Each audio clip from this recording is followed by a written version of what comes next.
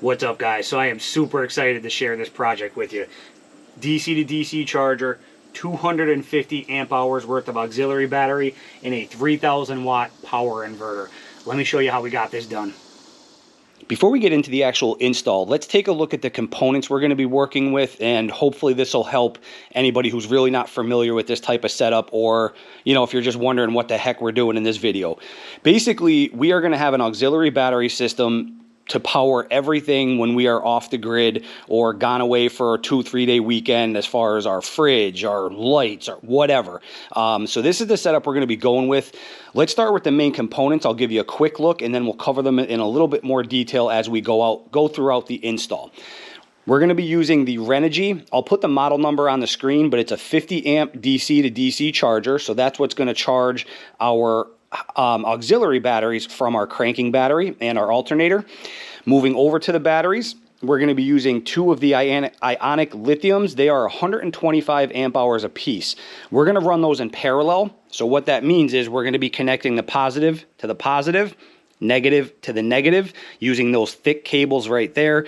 That's going to double our amp hours. So that's going to give us 250 amp hours of reserve power. That should be more than enough for what we're trying to do with our setup. And again, the best part about using this type of setup is we could always add on if we do need more power. I think that's going to be more than enough for what we're trying to do. The last main component in this setup is going to be our 3000 watt inverter from Renogy. Okay, that's going to give us AC power coming off of the DC setup. Now, as far as how these things are going to be connected, don't get overwhelmed by this if you're not familiar with it. It is very easy. The biggest tip before we go any further that I'm going to give you, make sure you use proper size wiring and fuses. That is the most important thing in this entire setup. You need to use proper size wiring and fuses, and if you're not sure, go up a size. So you don't want to start any fires in your vehicle. That I can't stress that enough. That is the most important. If you're trying to get a setup like this up and running and you're not too familiar with it, leave me a comment, email me. I'm more than happy to help you out. Just make sure you use proper wiring and fuses. So the way this is going to go together, we are going to be coming off of our cranking battery. We're going to be coming into that fuse right there. It's a 60 amp fuse. From there, we're going to connect to the Renogy DC to DC charger, and again, we'll give you a better look at this when we get the install in the truck. Off of the charger, we're going to be going to another 60 amp fuse. From there, we're going to be hooking into our batteries. Okay, and I will mention this, you can see laid out up here, this is the wiring and connectors and stuff that we're going to need for this project. I'll cover it in more detail as we go throughout the install. I just wanted to give you this overall picture here on the ground. Maybe it'll help you kind of see how we're connecting and in what order. So off of the batteries, we're going to be going to a main cutoff switch. So that way, if we ever want to kill the power to the inverter, and we are going to be mounting something else here, so stay tuned for that. But that main cutoff switch is going to be able to cut off all the power from the batteries to the rest of the setup. Okay, and then we're going to be going to another 250 amp fuse. You can see our positive and negative bus bars, another 250 amp fuse, and then into the inverter. Again, we'll cover this in more detail. I just wanted to give you a quick rundown and let you see how this is all going to lay out in the truck. So first step we're going to do is let's get the DC to DC charger mounted in the truck, and then we're just going to kind of work our way down the line, and obviously we will end the install. That'll be the last thing we're connecting. Let's jump up at the truck and get this started. Step one is to get power from the starting battery. Here on the hybrid, it's underneath the rear seat. We have to go from the starting battery up to the DC to DC charger. So basically, in order to do that, we are going to use 6-gauge wiring. And again, you're going to get sick of me saying it. I can't stress it enough. Make sure you are using the appropriate size wiring. The Renogy DC to DC calls for 6-gauge wiring if it's up to 16 feet in length. We are under that for this run, so that's why 6-gauge is definitely sufficient. So you can see we have a negative here, positive here. We are not connected to the battery yet, obviously. That's going to be the last thing we do in this whole video. Now, on the positive, this is the first 60 amp fuse, okay? So we have a little wire, the shorter wire, that's going to connect to the positive post of the battery into the top of the inline fuse, And again, it's a 60 amp. And then we have the other red, or the other positive, shooting across. And I didn't show this on video because you guys have seen me wire on this channel 100 times. You can literally just shoot the wiring across. You can see the panel pops off over there. I'll show you where we went from there and how we got into the bed. So we came across from the battery, right underneath this panel here. You can see it's a nice easy run straight through. I just used a wire fish to get the wiring over here. Here's the positive and negative. Again, 6 gauge, okay? Just leave yourself a little bit of slack. You want to make this run as short as possible, but at the same time, just leave yourself a little bit of play. Once you have it over in here, there is a grommet right down in there. You're not going to be able to see it too well from here, but I'll show you up underneath the truck where the wiring is going to pop out down below. And again, then I'll show you how we get up into the bed. Okay, once you pop through that grommet, I'll show you down where it is. If you come up underneath the rear passenger side, the grommet is right up in, see if I can get you a look, right there. Okay, you can see where you can see the red pretty well there, how it pops through that grommet. I just made a little slice using utility knife. Just be careful. Obviously, there's a lot of wires there, so just be careful. But there's plenty of room to do it. Just be mindful that there are other wires in there. All right, and then we just ran. You can see these two. I'm gonna wire lumen all this stuff, but I didn't do that yet because I want you to be able to see the wiring well. But once we get done, I am gonna wire lumen, cover everything up. So once we come through that grommet there, you can see where the wiring is going. Again, right here. So this is the cab of the truck. This is the bed of the truck.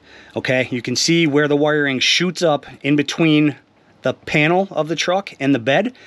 And we'll go up into the bed now, and I'll show you what I did in order to protect, not only protect the wiring, but access the bed. All right, here's the first piece of the puzzle, the Renogy 50 amp DC to DC charger. So we have our black and our red coming up from the battery. And here's what I did. I used my 2-inch hole saw, drilled a hole right there. It's the perfect spot because there's nothing on the other side. You have plenty of clearance right there in that location. Nothing you have to worry about hitting. And then I picked up this grommet type thing on Amazon. I'll put links to everything down below, wiring, connections, these grommets, everything you need to get this project done. I'll link down below for you, but it's the perfect size. So again, it's a 2-inch hole, perfect size. I'm gonna glue it in place. But again, I just wanted to leave it open or off right now to show you what we're doing. Perfect way to keep it nice and neat and protect your wiring so it doesn't get scraped up on any edges of the bed or anything like that. Okay, so now these two wires coming from the battery, from the starting battery, here's where you connect into the DC to DC charger. So we're gonna bring our positive from the starting battery to this location here. And I'll put pictures on your screen as we're going through this because I know it's kind of upside down how we're looking at it, but it's pretty straightforward. You can see it says Alternator Plus. That's the spot you're gonna connect to your positive from the starting battery. The negative from the starting battery is going to come over onto the other side. Again, I'll put a picture on your screen. So that's the only connections we have made so far. We are not connected to the starting battery yet, okay? Want to make sure that's clear. We are not connected to the starting battery of the truck. All right, so from here, now we're going to go to another fuse and get our batteries up in here and mounted. Hey guys, sneak peek. It's all done. Make sure you watch the video to the end. I'm going to go over some tips that I want to share with you on this install. I'm also going to address some questions that I already know are going to be asked. So if there's anything I don't cover at the end of this video, make sure you drop a comment down below and I'll help you out the best I can. But yeah, there's definitely some things I want to mention and go over with you before I wrap this video up. Stay tuned to the end. Hope you enjoy the rest of the video. All right, so we got our next fuse, which is a 60 amp in line mounted right there. And then obviously here you can see the batteries. We do have them connected in parallel. So positive to positive, negative to negative. And if you look and see this kind of setup and fit perfectly, I'm able to tuck the batteries back underneath the cover of the retracts. I kept them out just enough to where I have a gap. I don't want anything touching as far as the posts on the batteries. I don't want anything touching there. But you can see how they tuck nicely up underneath the canister of the retracts cover. So it just worked out perfectly. All right, so before we go any further as far as install, we now are able to power up the Renogy. You do have to do that in a specific order as far as connecting cables. So let me show you that before we move on to the final step of connecting our panel over here that has the inverter on it. According to Renogy, the first connection we need to make is going from the DC to DC charger to our house battery setup. In order to do that, the first wire we're going to connect is the negative that goes from the Renogy to our batteries, okay, which is this terminal here. So we're just going to go ahead, and I already pre-measured and pre-cut our wire, so we're just going to go ahead and make this connection.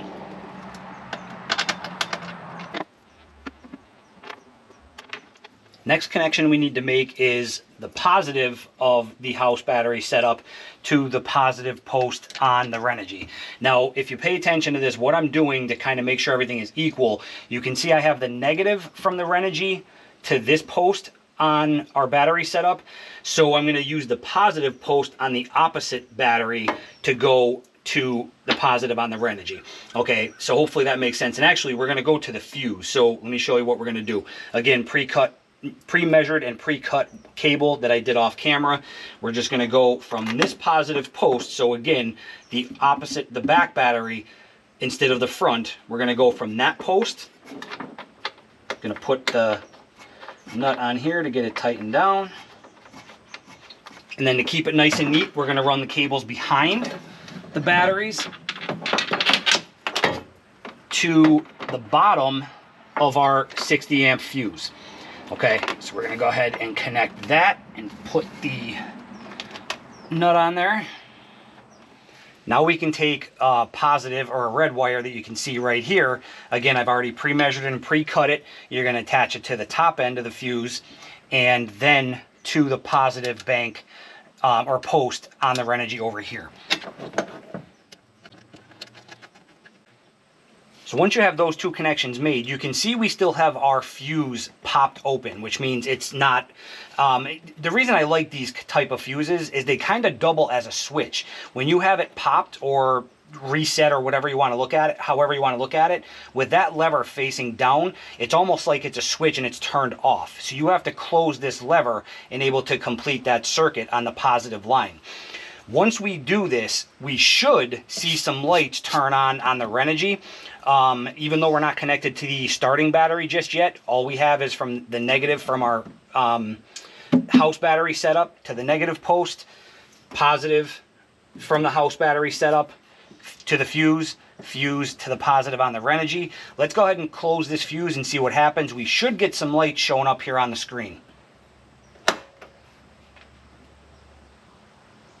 And there you go. You can see they turned on. We have a green and a yellow light. Now, we have lithium batteries here, so you do have to choose and make sure the light right here, the very far one on your camera, again, I'll take a picture and put it on the screen. That light should be blue for lithium. It does show in the instructions, whatever type of battery you're running. There's a little tiny button right here that you can push and cycle through. So you can see that light changing. Just change to yellow. Hopefully it's showing up on camera. There's blue. Okay, so now the Renogy knows it's connected to lithium batteries. You want to make sure that light right there is blue for lithium. Or again, if you're running any other type of battery, just make sure that light corresponds to what type of battery you're hooked up to for your house setup. Now with them connections made and the Renogy powered up, the next connection we're going to want to make is, and if you remember, we're still not connected to the starting battery. So I'm just going to make these two connections here. So this is the negative coming from our starter battery that we showed you earlier in the video. Just going to go ahead and connect that to the negative post right here. Okay, now we can take the positive from the starting battery, again, still not connected. And if you remember, we also have this type of fuse up underneath the rear seat, which is also open. So even when I connect this, it's not going to be a complete circuit until we go up and close that fuse underneath the rear seat. So we're definitely safe to make this connection here. Positive coming from the starting battery to this post on the Renogy. We're going to go ahead and tighten all these down. Here at the starting battery, according to Renogy, the first cable that you want to connect is your negative. So I'm just going to go ahead and tuck it down in here. And stay tuned, because this mess of wiring, we are going to relocate our McTuning switch panel to that other panel that has the inverter on it. I kind of mentioned that I was going to be doing something else there. That's what we're going to be doing. We're going to clean up this whole area and put our McTuning up there in a future video, so stay tuned for that. So let's just go ahead and tuck this down here to keep it as neat as we can for now. And we're gonna go ahead and connect our negative terminal that runs up to our Renogy.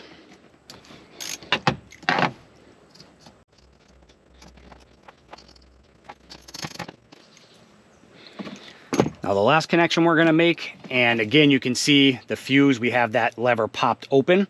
So even once I connect this to the positive, it's still not gonna complete the circuit. So let's go ahead and make this connection. Positive to the positive on the battery.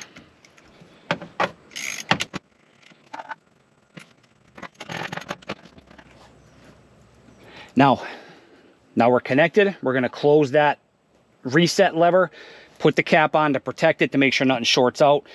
And then let's head back up to the Renogy and see what the lights are doing now.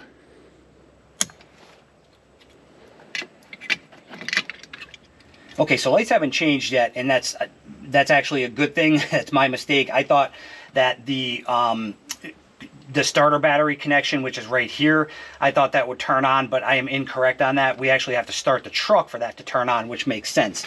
If you look at the instruction manual here, I'll just show you real quick. Number 10, that light right here, the closest one to the camera, that's your alternator charging indicator. So with the truck off, that is not going to light up. I'm going to go ahead and start the truck. I'm going to keep the camera on the charger so you guys can see what's going to happen once I start the Tundra. So I almost forgot, one more thing we need to do is they send you this red cable, and what this is, it's going to plug into this green port on the right hand side next to the battery indicator switch. What this is, if you have a smart alternator, which obviously in most newer vehicles you do, you have to connect this to, I'm going to run it to our fuse box and connect it into a fuse that gets power when the ignition is on. What it does is, because of like voltage and you know how these newer alternators work, this wire is going to let the Renogy charger know when our starter battery is at a sufficient level to then start transferring power and charging our house battery. So if you have a newer vehicle or if you're unsure, just double check. If you have a smart alternator, you do need to connect this. So again, all we're going to do, it's going to plug into this port here, and then we're just simply going to run it down outside the truck. Once we go through the grommet inside the bed of the truck, it's going to pop out obviously right where our positive and negative is. We came up through the grommet that's back in there, same grommet we used for our power wires. And what I did was I popped it out underneath this panel. You can see it right here. It's this skinny one right there. I can't get my finger on it, but it's this skinny one right there. Okay, so we just fed it in. I'm not going to go into crazy detail on this because I've covered this in so many videos. These panels just pop right off. You can feed the wiring down underneath this panel. It shoots up into the passenger front seat. So here we are in the front. You can see it right here popping out from underneath there. And then basically, again, these panels just pop right off. If you're not sure how to do it, check out my video on how to tear apart the dash. They're very, very easy. They literally just pop off. But you can see this wire here. We're going to tuck it behind the kick panel, and then we're going to secure it up behind the glove box there. And then you can shoot. There's a channel. I don't know if you're going to get to see it, but there's a channel up there where you can shoot across to the driver's side. Once you're on the driver's side, up underneath the dash, it's going to pop out up in that corner there. You can see it, hopefully, that red wire hanging there. Again, I have to go back and secure it. I just wanted to leave it go so I can show you guys. But once we're on the driver's side here, we're going to go through the grommet and the firewall that we use to get into the engine bay for all of our projects. So here it is, popping through the firewall into the engine bay. And you can see we're going to follow it down, and we used an add-a-fuse right here.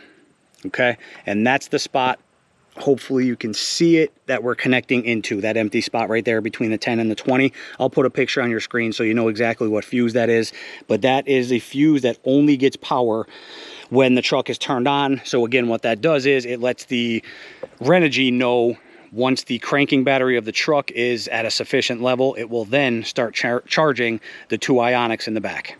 Now let's go ahead and start the truck and see what happens with that Renogy.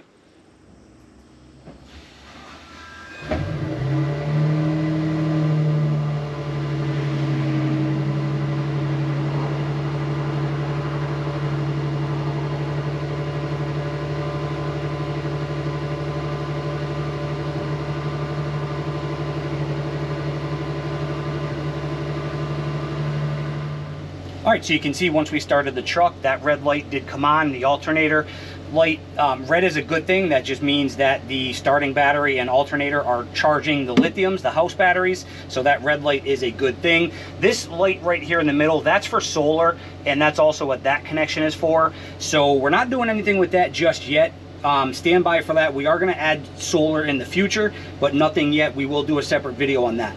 Let's go ahead and take a look at the app for Ionic batteries, because that's how we're going to be able to kind of monitor everything and what's going on with them. So let's take a look at that real quick before we put the final piece of this puzzle in the bed. Here's the Ionic battery app. You can see all of our lithium batteries that we have, even in the area. It's even picking up my trolling motor batteries from the boat and my ice fishing battery. But the two we have here in the truck, I have labeled house battery 1, house battery 2. Let's just click on house battery 1, and you're going to be able to come in here and monitor everything that's going on with the battery. It's 125 amp hour. It's getting it's at 14.4 volts right now. You could actually see the battery light, the second light in, that already changed green, meaning that all of the batteries are fully charged. So you can see that it's getting no power out, no power in. It's in standby mode. So that's another reason why I love these Ionic batteries. Now, we do have a Bluetooth box that came, I shouldn't say it came, I purchased it with the Renogy. It's an option you can get. I gotta be honest, I don't even know if I'm gonna hook that up, just because it basically, in essence, does the exact same thing as the Ionic Lithium app, just showing you what's going on with the batteries. Maybe I'll do a separate, shorter video on that Bluetooth module. Maybe I'll hook it up just to show you guys. But right now, I'm just going to use the Ionic app to monitor what's going on with the batteries. All right, so let's move on and get the last portion of this install in the truck. And I'll give you a little look at that inverter and everything we're going to do there. Last piece of the puzzle is in our 3,000 watt Renogy inverter. I cannot wait to put this thing to the test, this whole system really. So let me show you how we have this wired up. Basically, we have a switch on this end of the board, and out one end of the switch, you can see the positive cable back here. That comes up to the positive on battery number 2. Out the other end of that switch, we come over to, it's a 250 amp fuse. And again, I can't stress that enough. Make sure you're using proper fusing and wire size. All of this wiring is 2-aught, which we're going to talk about when I do my wrap up with the video, when we go over some tips and things that I want to cover with you. So out the other end of the switch, we come to the 250 amp fuse, using the same type of fuse. I like the fact that they double as a switch. If I just push that, power's cut off. Out the other end of that fuse, we come to our positive bus bar. Now, these bus bars came as a set, the positive and negative. They are heavy duty. They're rated for up to 300 amps, more than more than enough to handle everything I'm going to throw at it. So, from the positive bus bar as well, we have a second connection. There's 6 posts on this set, and I will link everything down below if you want to kind of copy what I'm doing, or if you want to check these things out. So on post number 2. Doesn't matter what post you use. I have it on post number 2. We have a shorter cable coming to another 250 amp fuse. Out the other end of that fuse comes to the positive on the back of the Renogy 3000 watt inverter. All right, negative is very simple. We just have a thick cable. You can see over here, I have it run behind the batteries just to keep it nice and neat. But that negative goes from the negative on house battery number 1. So we did the same thing. Negative is on house battery number 1, positive is on house battery number 2. That just helps kind of even out the flow. Do you have to do it that way? Not necessarily, but it will kind of wear your batteries uneven over time. That's just how I prefer to do it, to keep the flow nice and even, not only coming into the batteries, but also going out of the batteries. So negative from battery number 1 wraps around. You can see it back here. Comes to our negative bus bar right there, and then negative bus bar to the negative on the Renogy 3000 watt inverter. So it's that simple. I know this can be a little intimidating, especially when you're dealing with so many parts and different size wirings and fuses. If you kind of follow the guidelines that I gave you in this video, and just kind of make sure you do it step by step, do it in order, and you know, you won't have any problems. But let's wrap the video up by, I think I mentioned it earlier in the video, I want to give you a few tips on this install and also cover a few questions that I know are going to get asked. So yeah, let's wrap the video up by going over those type of things. I cannot wait to put this to the test. Stay tuned for that. But yeah, let's cover some tips and some questions that I know are going to get asked. Almost forgot. Last thing you want to do is put your end caps on your Renogy charger. So they basically just slide over just like that and put in 2 screws. There's one for each side, and that basically just protects your connections. So here we are. Install is done. Let's go over some tips that I thought about as I was doing this install, and hopefully it'll help somebody out, whether you're a beginner or, you know, an expert or whatever the case may be. You can get this install done pretty easily by yourself. Now, the first tip I want to go over, it's already been mentioned in this video, but it is the most important tip I can give you. Make sure you have big enough wiring and proper size fusing. I will put a link down below to, there's a chart online, you may have already seen it, but it kind of gives you an idea, you know, of what size wiring you should use for how big of a run and how many amps you're going to draw and all that good stuff. I'll link that chart down below, so check it out. And again, if you have any questions or if you're in doubt of what size wiring you should use, either comment down below and I'll help you out the best I can, or always upsize your wiring. You can't really get in trouble by going a size or two too big on your wiring. You can get in a lot of trouble if your wiring is too small. Don't do it. It's not worth the risk, especially if you're going to have, I mean, it's not worth the risk, period. But if you're going to have family with you, camping trips, things like that, you don't want to start any fires or run into any danger like that. So make sure you're using the proper size wiring and fusing. Now, speaking of fuses, I just wanted to touch on this real quick. A&L, there are different types of fuses. A&L fusing, or the type of fusing that we used here in this install.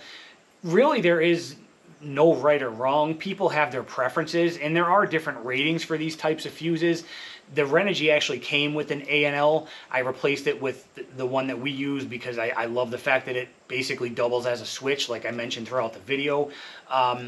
Again, not really a right or wrong there. There are different ratings for different types of fuses, but using these fuses, you know, in my opinion and in my, you know, history with all the wiring I've done, I've never had any problems with this type of fusing. Bonus is it acts as a switch.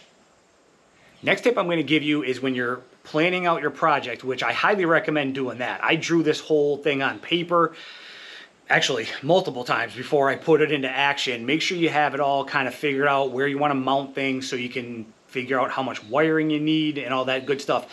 But when you are plotting and planning this type of install, your terminal connectors, what you connect to your lugs with, make sure you get the proper size on both ends. And what I mean by that is, so you can see these 2 terminals are both made for our 2-aught wiring that we used to go to the inverter panel. Okay, you can see a nice fat end, but if you look at the other end that connects to the batteries or the fusing, you can see this hole is a lot smaller than that hole. So you want this end, obviously, for your 2-aught wiring. This hole on this one is a 1/4 inch. That is that goes to the smaller posts on the fusing. That is a 3/8 inch hole that goes on the lugs for the battery. Save yourself some time, a headache, and some money, because if you purchase the wrong ones, you're only going to have to either return them or suck it up and buy the proper ones. Same thing for the 6-gauge wiring. As you can see, much smaller on that end, the end that the wiring goes in, but same thing on that side. Okay, you can see this side is a lot smaller than that side. This is the 1/4 inch hole that goes onto the fusing. That's the 3/8 inch hole that goes onto the battery lugs or the bus bars, things like that. All right, so just make sure you plot and plan, figure out the sizes you need. I'll link everything I use down below. I get basically all of my stuff off Amazon when it comes to things like this. I'll put all the links down below for you just to make it easy if you want to try to copy this. But save yourself a headache. Make sure you get the proper size lug terminals. Next tip is kind of an obvious one, but it's something that I really wanted to hit on and touch on. When you're doing your wiring, whether it's the 6-gauge or the 2-aught or whatever size it is, make sure you have the proper length of wire.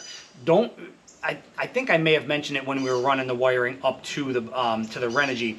You want to give yourself a little bit of play, but you also want to keep wiring like this as short as possible. Okay, so you can avoid voltage drop. Just you want to make it as short as possible. If it's too long, you have to actually upgrade or upsize your wiring to make up for the longer run. That's why we were able to get away with using 6 gauge on the run from the starting battery to the Renogy. It was, I want to say it came in just under 12 foot. You're okay to use 6 gauge all the way up to about 15 or 16 feet, according to Renogy's paperwork and website. So if you're doing a longer run than 15 or 16 feet, or if you're right there on the edge, you'd want to upgrade or upsize to 4 gauge wiring to go from the starting battery to the Renogy. But again, make sure your runs are, you know, kind of measure them out. What I do is I'll connect one side. So let's just say, you know, the wiring that goes from the positive of the batteries to the switch. What I would do is I would put the lug on one end of the wire, connect it to the battery, and then run it down and see where I need to cut it off to get into the switch. I hope that makes sense. I hope I'm explaining that okay. But just make sure your wiring isn't too long for what you need. Make it as short as possible. Just give yourself a little bit of wiggle room, a little bit of play. Don't overdo your wiring as far as length goes, just to give yourself a whole bunch of extra. You don't really want to do that in an install like this, really any install. Give yourself a little wiggle room, but don't go overboard with that. All right, now let's talk about some questions that I know are going to get asked down below in the comments. First one being is, how did I mount all this stuff to the bed of the truck? I didn't show you drilling any holes or anything like that because there are no holes drilled other than the one that we drilled on the side of the bed, that 2-inch hole that I showed you to get the wiring in. I did not want to go drilling several holes in the bed to, you know, drill down in and mount anything really. So basically I'll put a picture on your screen to show you what it looked like underneath the inverter panel over here, but it's the same thing I did for every piece that you see. All I did was I used the heaviest duty double-sided Gorilla Tape I can find. I wiped the bed down with alcohol a few times to make sure it was super clean as it could be, and then I just used as big of a strip as I could underneath each piece. And I gotta be honest, these things are rock solid. I mean, I use double-sided heavy-duty Gorilla Tape for just about everything. I love that stuff, but that's basically how I have all of these panels mounted. I did not drill any holes in my bed. The only thing I am gonna do, you can see, or you probably saw throughout the video, I have a Molly panel behind my Retrax canister. I am going to take a smaller ratchet strap and connect or come around my batteries. They are held on to, the batteries themselves are in the tray with the strap over it, which I'm sure you saw. The tray of the batteries is held to the bed with heavy duty double-sided Gorilla Tape. It's the strongest stuff I could find, and it is rock solid. I can grab them batteries and literally shake the truck, and there's no sign of any wiggle room or anything coming off there. So just wanted to go over that. You absolutely could drill down into the bed if you so choose. I didn't want to do that because if for any reason I ever decide to remove this setup, obviously I don't want holes everywhere in my bed. I just didn't want to do that. So that heavy duty tape is more than strong enough to hold these pieces in place. And like I mentioned, every piece, even the smaller block that I have the fuse on, it is stuck down to the bed. It is not going anywhere. You would have to pry it off. That heavy duty tape is really strong, especially if you clean the surfaces first. But that's how I have everything mounted to the bed. No holes were drilled other than the 2-inch hole to get the wiring into the bed. Everything else is secured with, again, heavy duty double-sided Gorilla Tape. Now, what do I have everything mounted to as far as the inverter, the fuses, the bus bars, even the Renogy? You saw the little squares that have carpet over them. All I did was I took 3/4 inch ply, and again, I mapped it out on paper and decided what sizing I needed and wanted. It's just 3/4 inch maple plywood. That's all it is. And then I covered it with the carpeting that you see there. It's marine grade, so if it gets wet, no big deal, doesn't matter. So yeah, that's all it is. That big piece that you see the inverter mounted on is 3/4 inch ply, maple ply, and then the 2 smaller pieces that the fuse and the Renogy itself is mounted on, That's all it is. 3/4 inch ply cut to the size I wanted, covered with marine grade carpet, and I just secured that carpeting, excuse me, using carpeting glue. That's it. And it's on there nice and secure. So again, that way, if it does happen to get wet in here, which my bed is pretty watertight, it's not going to matter if that carpeting gets wet. All good to go. It's what it's made for. Now, speaking of getting wet, that's another thing I considered. I didn't want any of these components, with it being electrical. I didn't want to have to worry about water getting in. Again, my bed is very watertight. I don't think I put the video on the channel yet, but I resealed my retract side rails and the bulkhead up in the front. I literally don't get any water in this bed whatsoever, other than the vertical seams at the tailgate. So I'm going to go ahead and get that kit that'll seal that up. Other than that, I get no water in this bed. We just had a downpour yesterday, actually, as a matter of fact, and I double checked. I don't get water in this bed anywhere at all. But if, let's say I had the tailgate open for some reason and it was pouring, another reason I mounted these things the way I mounted them, if you think about it, see how there's channels in the bed? If water, even if I spill something back here, it's all going to run in these channels, so it's going to all go underneath the boards, because the boards are all mounted on the top ridges. Okay, I hope that makes sense. So if anything spills or if water does get in here somehow, it's all going to run down through these channels underneath my boards that I have everything mounted on, and my battery tray down into the back of the bed, into the drain holes. I don't have to worry about any of this getting wet. You know, unless I have my retracts covered wide open and it's pouring, that's the only way these things are getting wet. Don't have to worry about it at all. So yeah, again, that kind of all went into my plotting and planning when I decided how I wanted to mount these things. They're up off of the raised areas of the bed, so the channels are going to allow for water to go right underneath. And the underside of the boards obviously might get a little bit wet, but that doesn't matter. It's 3/4 inch thick. It's never going to seep up through. You know, it's never going to get that wet where I'm going to have to worry about water seeping up through and getting into anything as far as the electrical components. The other thing, if you noticed when I was showing you the install, is I have all of the boards are in just slightly from the edges. So I'll put maybe a little video up on your screen to show you what I mean. But if water ever does run down my bed sides or the bulkhead in the back, there's a gap between the bulkhead and the sides and my boards. So once again, that's going to allow the water to get into these lower channels and run down and drain out of the drain holes like it should. So just kind of something else I factored in when I was plotting and planning how I wanted to mount these things.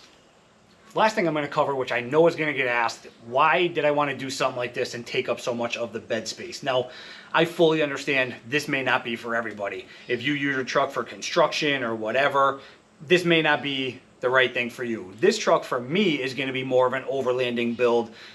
I do still use it to pick up some, you know, plywood here and there. I do woodworking. I'm sure you guys have seen all the tools and stuff in the background. I'm going to get around that two different ways. First one being is if I do have to go pick up something bigger, or sheets of plywood or sheetrock, anything like that, I have a 10-foot by 5-foot travel trailer. I can easily use that. And again, I know not everybody has one of them, so this may or may not be the type of build for you. But I can use my travel trailer if I go to pick up anything like that, anything bigger in nature. The other thing I'm going to do is, let's say we're going to pick up something smaller, or we're using the truck to run to Walmart or go get groceries or whatever the case may be. If we're going to pick up something smaller, I'm going to build something to where it's going to mount in the channels. I'll put a picture on your screen so you know what I'm talking about. I actually already have something kind of constructed, but I don't want to show it just yet because it's not completely finalized. But I'm going to have a structure where I'm going to be able to put in the bed. It's literally just going to pop in, pop out. And it's not going to be secured other than laying in the tracks. I've already tested it out. It's perfect. But it's going to allow me to utilize all this open space and have protection and blocking, almost like a wall, to protect the inverter, the batteries, and that whole setup. So if the groceries are sliding around or whatever we picked up is sliding around right here, I'm not going to have to worry about them hitting any part of my electrical system in the back. So that's how I'm going to get around, you know, the fact that I am using up a decent amount of bed space. Like I mentioned, this may or may not be the build for you depending on how you use your truck. For me, this is perfect. We're going to have our fridge mounted back in here as well, so stay tuned for that. That's going to be one of the next videos coming out. So yeah, that's how we're going to get around it. So hopefully that helps answer a lot of the questions that I feel like were going to be most common. If there's anything else that I didn't cover or any other questions you may have, drop them down below. Let me know what you think of this install. And as I mentioned, if you have any questions on any part of it, appreciate you guys watching. As always, we have so much coming down the pipe. I have so many videos that I'm working on, and yeah, I just got to find the time to finish them up and get them edited. A couple new channel sponsors that I'll be announcing very soon. Super excited about that. Thanks for all the support, guys. I really appreciate it. Thanks for watching, and we will catch you guys on the next video. Take care.